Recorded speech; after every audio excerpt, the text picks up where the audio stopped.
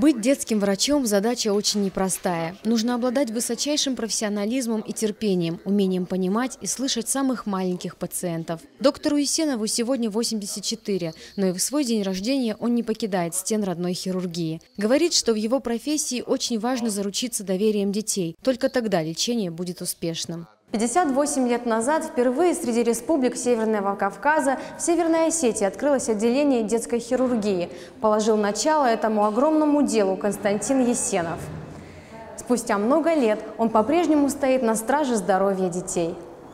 Когда Константин Есенов окончил мединститут, на молодого выпускника была возложена огромная ответственность. В 1956 году он открыл детскую хирургию, в послевоенные годы единственную на Северном Кавказе. Медицинских книг практически не было, учиться приходилось всему самостоятельно, методом проб и ошибок.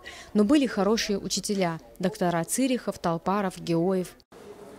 И с того времени вот это детское хирургическое отделение обслуживало жителей, детское население Осетии, Кабардино-Балкарии, Чечни, Ингушетии и Казбекского района Грузии.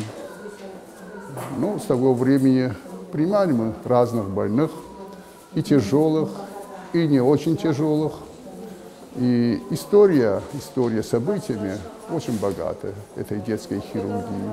Отделение развивалось. Сначала было всего 20 коек, сегодня их около 160. Константин Есенов нередко выезжал на дом к маленьким пациентам, оказывая экстренную помощь в самые критические моменты. Он с горечью вспоминал дни бесланской трагедии, когда опыт детского хирурга был особенно необходим. Вместе с ним, не покладая рук, трудились коллеги. Константин Татарканович Есенов мне еще преподавал на последних курсах, это на 5-м. А на 6-м курсе я была в субординатории тоже под его покровительством как бы. Но я в детскую хирургию попала только сугубо по его причастности. Это было в 1972 году, с тех пор я работаю рядом с Константином Татаркановичем. Он посвящает массу времени студентам и говорит, что хотел бы видеть в своих учениках трудолюбие и честность. Доктор Есенов не дает никаких назиданий, он просто передает свой опыт. Студенты вместе с наставником постигают азы удивительной профессии врача, консультируют маленьких пациентов и их родителей.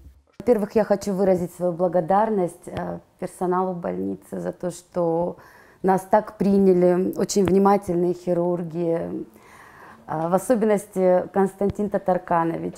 Хотела бы поздравить его с днем рождения и пожелать ему долгих лет жизни, успехов в его труде, в том, что он делает для наших детей.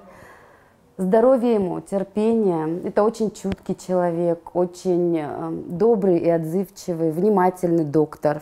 Иногда дети рассказывают доктору Есенову больше, чем родителям. Они видят в нем не только врача, но и друга. Детский организм – неизведанная вселенная, и чтобы понять ребенка, надо самому быть немного волшебником, таким, как Константин Есенов. Залина Губурова, Заур Цеов, Осетия ТВ.